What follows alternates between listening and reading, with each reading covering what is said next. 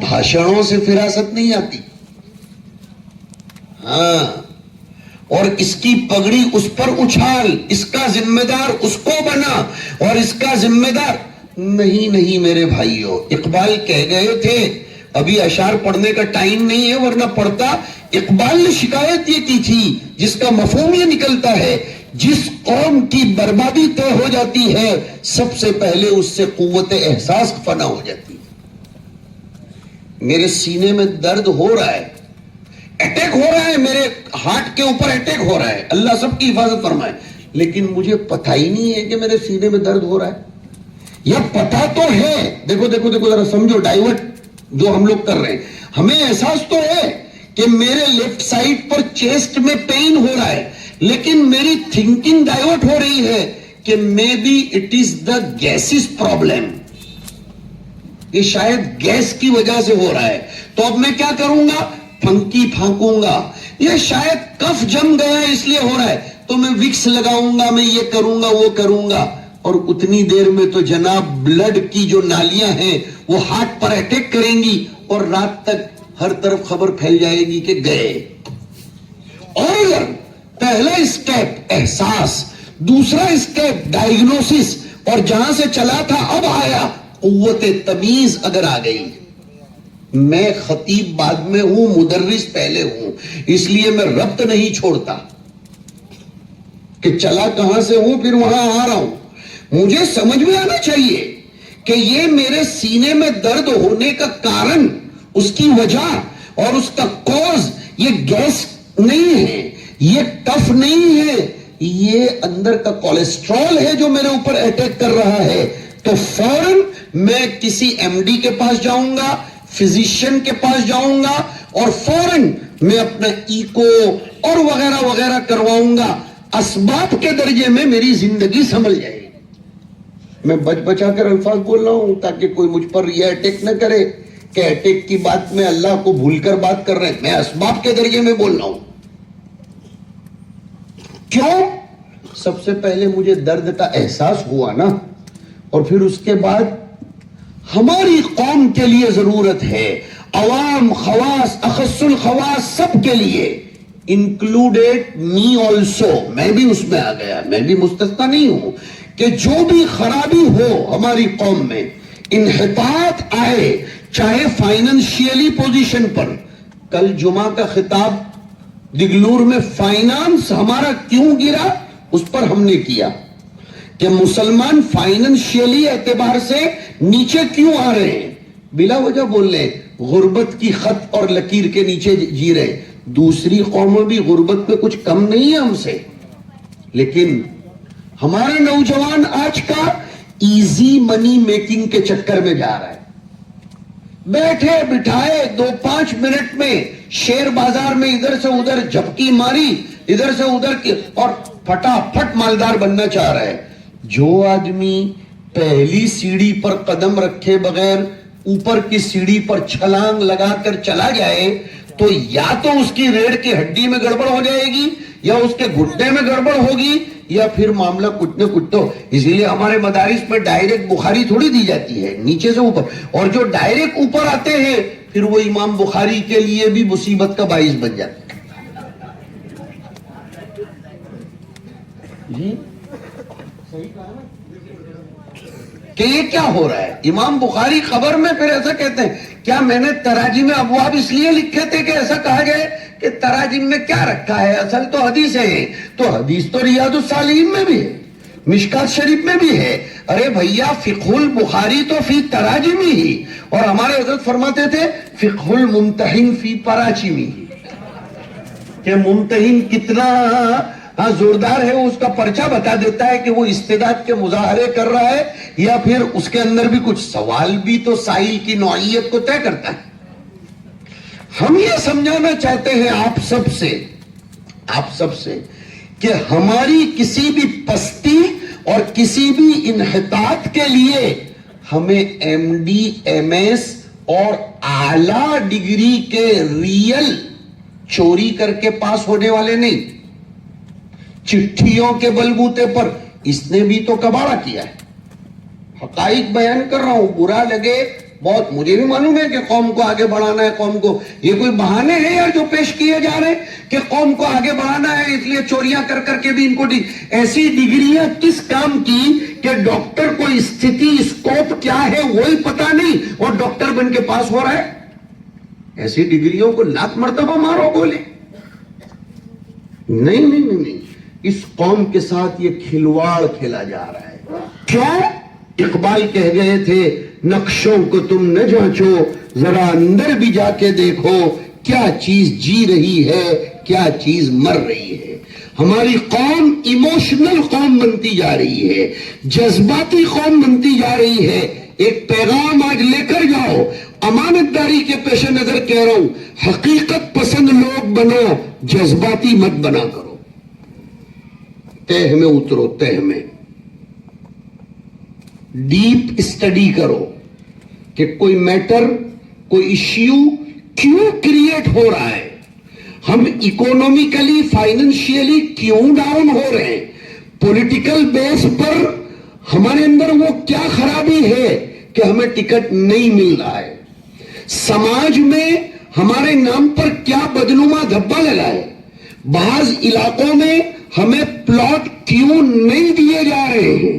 ایک وقت وہ تھا کہ لوگ ڈرائیور بھی مسلمان ہی تلاش کرتے تھے، یہ قید لگاتے تھے کہ کوئی مسلم ہو تو لے آؤ. کٹر سے کٹر دیش واسی بھی یہ کہتا تھا کہ مسلم ڈرائیور لاؤ.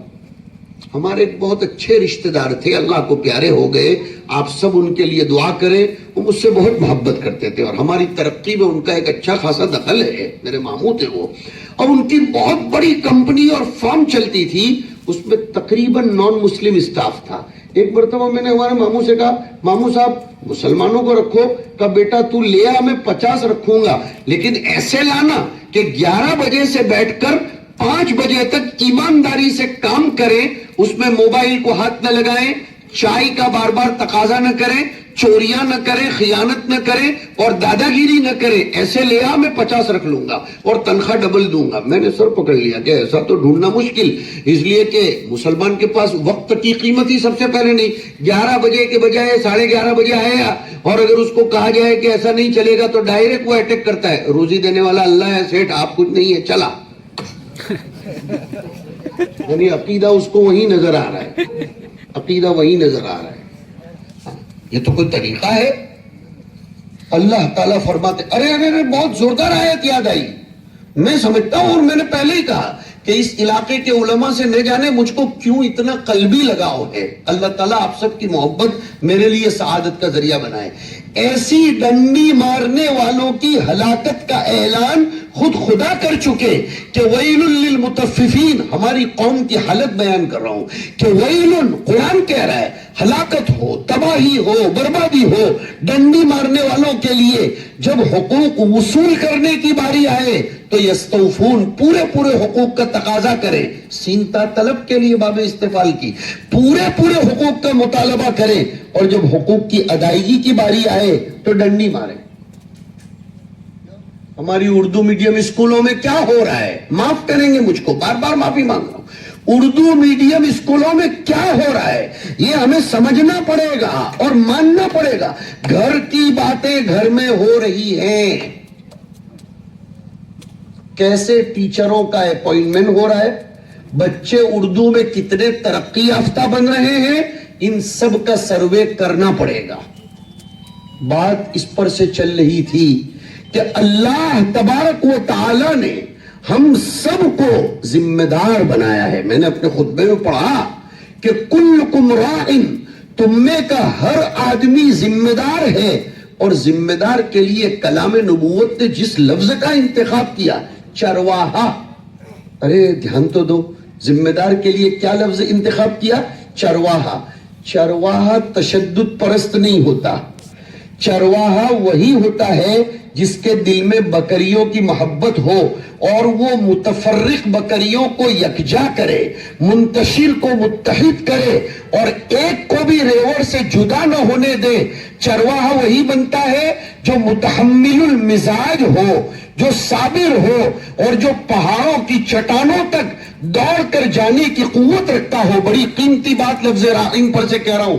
ذمہ دار ایسا ہی ہونا چاہیے جس میں تحمل ہو، جس میں صبر ہو، اور جو سب کو لے کر چلتا ہو، نہ کہ خود ہی 2 کو الگ، 3 کو الگ، 5 کو الگ کرتا ہو۔ ہم نے اپنے بڑوں سے سنا، اور جو ہمارے قاسمی نسبت مبارکہ رکھنے والے پرانے یہاں بزرگان دین تشریف فرمائے، وہ میری غالباً تائید کریں گے۔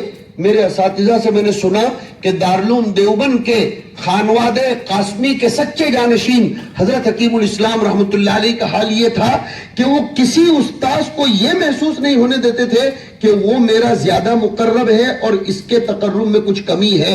سب کو ایک پیغام دیتے تھے کہ سب کا مقام میرے نزدیک یکساں ہے، اس لیے کہ دیوار اکیلی اینٹ سے تھوڑی بنتی ہے، اس کو کپچی بھی چاہیے، اس کو ریت بھی چاہیے، اس کو چونا بھی چاہیے، اور مکان اکیلا انجینئر سے نہیں بنتا۔ انجینئر یہ نہ سوچے کہ نقشہ میں نے بنا کر دیا، نہیں رے بھائی، اس کے لیے قلم بھی تو چاہیے، کمپیوٹر بھی تو چاہیے، اور اس کے لیے الی آخر ہی چلتا رہوں تو بہت دیر ہو جائے گی۔ معمار چاہیے، مستری چاہیے، تب جا کر کوئی مکان انٹیریئر کے ساتھ کامیاب بنتا ہے۔ اس قوم کو ہر صلاحیت کے مالکوں کی ضرورت ہے، سن رہے ہو آپ؟ اس قوم کو ہر صلاحیت کے مالکوں کی ضرورت ہے۔ میں ذمہ دار علماء سے بھی برادرانہ مذاکراتی طور پر بات کہہ کر جانا چاہتا ہوں، ہمارے سماج کے کسی بھی فرد کو کمزور نہ سمجھا جائے۔ جس میں جو صلاحیت رکھی ہے، ہمیں اس کی صلاحیت کی ضرورت ہے، اس کے ذریعے ہم دیوار حیات کو مضبوطی کے ساتھ کھڑے کر سکیں گے۔ تو حضرت آدم علیہ السلام نے یہ فرمایا کہ میرے، اب بات کہاں سے چلی تھی کہ اللہ نے ہر نبی کے اندر الگ الگ صفات رکھی ہے، وہاں سے چلی تھی بات۔ اب حضور کے عشق میں تھوڑے سے ڈوبتے چلتے ہیں، حضور کے عشق میں ڈوبتے ہیں۔ میں نے مقدمہ باندھ دیا تاکہ کچھ تو کیفیت بنانے کی کوشش تو کرو۔ اب آپ کہو گے زبردستی کیسے بنوا رہے ہیں؟ میرے پاس دلیل ہے، آیا روایتوں میں کہ اللہ کے سامنے رو، اگر نہیں رو سکتے تو رونے کی کیفیت پیدا کرنے کی بتکلف کوشش کرو۔ تو آؤ ذرا میں آپ کو اور مجھ کو حضور کے عشق میں ڈبانے کی تھوڑی کوشش کرتا ہوں، اللہ کرے میں کامیاب ہو جاؤں۔ اوہ کیا بات لکھی کہ اللہ نے ہر نبی کو الگ الگ صلاحیتوں سے نوازا تھا، اور تقریباً جلیل القدر انبیاء کا وَتِلْكَ حُجَّتُنَا والے رکوع میں تذکرہ کرنے کے بعد اخیر میں فرمایا اولئک الذین ھدی اللہ فبہداہم اقتدی، کہ یہ نبیوں کی جماعت ہے، ان میں سے ہر ایک کو الگ الگ صلاحیت دی تھی۔ اے محمد، تو ان سب کی صلاحیتوں کو اپنے اندر پیدا کر لے تاکہ تو جامع الکمالات بن جائے۔ یہ حضور کا مقام تھا۔ ظاہری چشمہ لگاؤ گے تو سوال پیدا ہوگا کہ حضور کو ان کا مقتدی بنایا جا رہا ہے، جبکہ حضور تو ناسخ الملل تھے۔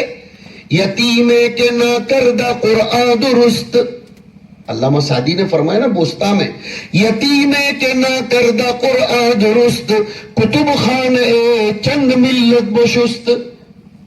ایسے یتیم جس نے قرآن بھی ڈھنگ سے کسی منظم استاد کے سامنے بیٹھ کر درست نہیں کیا تھا، یہ ترجمہ کرنا پڑے گا۔ سیدھا سیدھا ترجمہ مت کرنا کہ ان کا قرآن بھی ٹھیک نہیں تھا۔ لا حول ولا قوت الا باللہ۔ اللہ کی تکوینی حکمت یہ چاہ رہی تھی، سنو اللہ کی تکوینی حکمت یہ چاہ رہی تھی کہ حضور دنیا بشریت میں کسی کے سامنے زانوئے تلمس طے نہ کرنے پائیں، ورنہ ادب کے درجے میں حضور کو ان کے سامنے دب کر رہنا پڑے گا، اور حضور مطاع مطلق ہے، استاذ کوئی بن جائے گا تو حضور کو اس کے سامنے مطیع بننا پڑے گا۔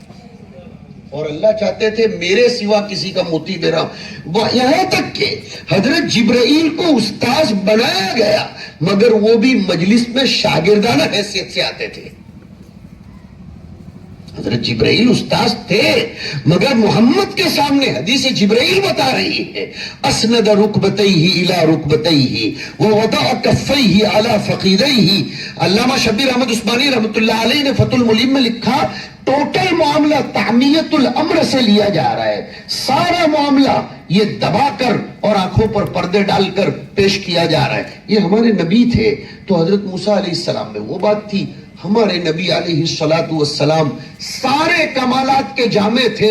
اب حضور نے جس کا ظرف جیسا دیکھا اس میں اپنی نسبت منتقل فرمائی، اس میں حضرت ابو بکر کے باب میں آتا ہے نسبت اتحادی نصیب تھی حضرت ابو بکر کو۔ اب بیان ختم کرنے کے موڑ پر اور صحیح موڈ پر بھی جا رہا ہوں، اردو والا موڑ اور وہ اپنے موبائل والا موڈ، اس پر جا رہا ہوں۔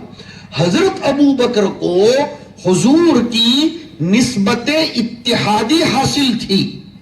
مجدد الفسانی نے کمال کر دیا، مولانا نے لکھا ہے سارے صحابہ ایک طرف، اگر حضور کو اور حضرت ابو بکر کو سمجھنا ہے تو آئینے کے باہر کا شخص اور آئینے کے اندر کی تصویر، بس اتنا سمجھ لو۔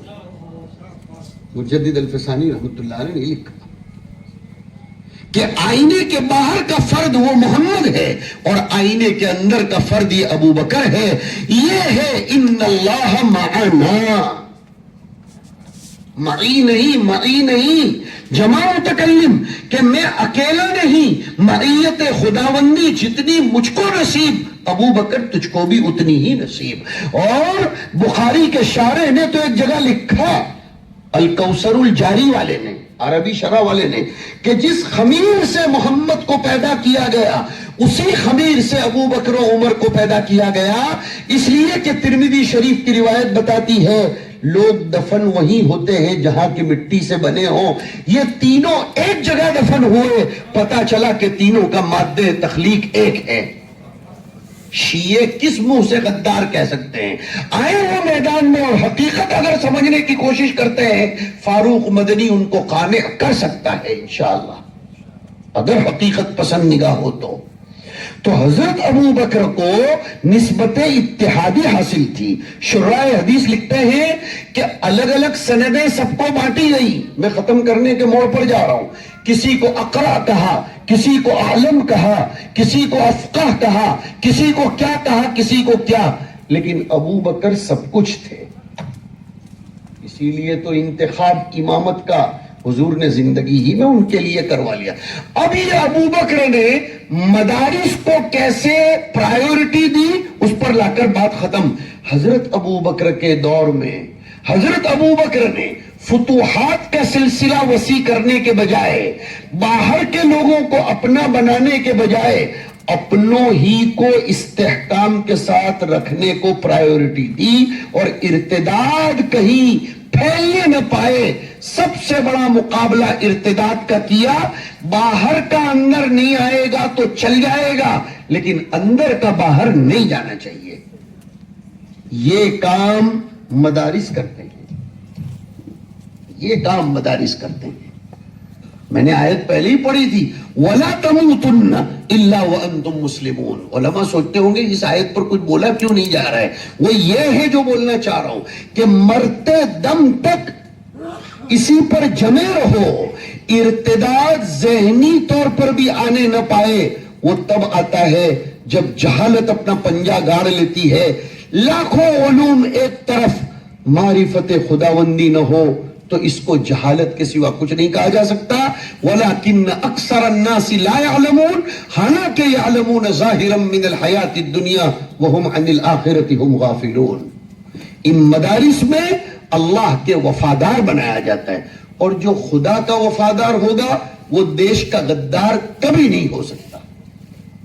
یہ ہمارا چیلنج ہے، جو اللہ کا وفادار ہوگا وہ دیش کا غدار کبھی نہیں ہو سکتا، اس لیے کہ اس کے رب نے اپنے رسولوں کے ذریعے اس کو سکھایا کہ جس کی کھاتے ہو اس سے کبھی غداری مت کرو۔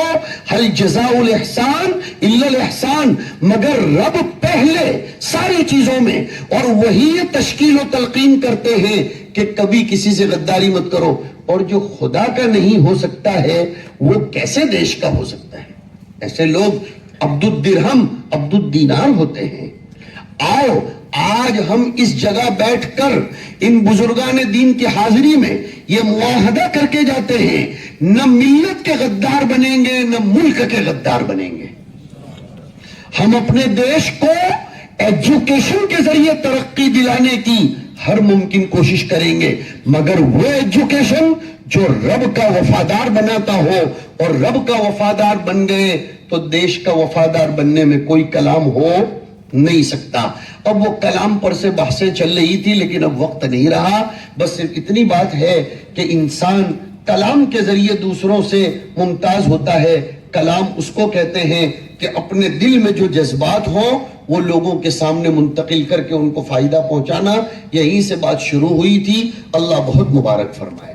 اللہ پاک اس ادارے کو اور اس علاقے میں چلنے والے، چاہے وہ ضلع ناندیڑ کا ادارہ ہو، ہنگولی کے ادارے ہوں، اور ناندیڑ اور اس کے اطراف کے جتنے بھی ادارے ہوں، چاہے انفرادی طور پر، اجتماعی طور پر، دعوت و تبلیغ کی محنت، خانقاہ کی محنت اور جمعیت کی محنتیں اور جتنی بھی محنتیں ہمارے یہ بزرگان دین اگر گوشہ نشینی کے ساتھ بھی محنتیں کر رہے ہیں، اللہ سب کی محنتوں میں نورانیت پیدا فرمائے، الہام ثواب و سداد فرمائے اور خوب برکتوں سے نوازے، اور یہ سارے مدارس ملک کے لیے، ملت کے لیے وفادار فرزندان توحید پیدا کریں. انہی چند کلمات پر اپنی گفتگو ختم کرتا ہوں. اپنے بڑوں سے سما خراشی کی بنیاد پر معذرت چاہتا ہوں، اگرچہ سما خراشی اس کو کہنے میں ڈر بھی لگ رہا ہے، اس لیے کہ کتاب و سنت اگر سنائی جائے تو اس کو سما خراشی نہیں کہا جا سکتا. لیکن بہرحال بڑے بڑے ہیں، اگر ان کے سامنے کوئی بات ایسی ہو گئی ہو تو مجھ کو معذور سمجھے، اصلاح فرما لیں. اللہ آپ سب کی محبت کو میرے لیے سرمایہ نجات اور ذخیرہ آخرت بنائے. میں ہمارے بہت پرانے، میں نے بار بار کہا کہ پتہ نہیں مجھے مفتی صاحب سے قلبی عقیدت ہے، یہ مجھے دوران سبق بھی کبھی کبھی یاد آتے ہیں، تو ان کا بھی میں شکر گزار ہوں کہ انہوں نے کچھ وچار ومرش کے لیے تک ہمیں نصیب فرمائی.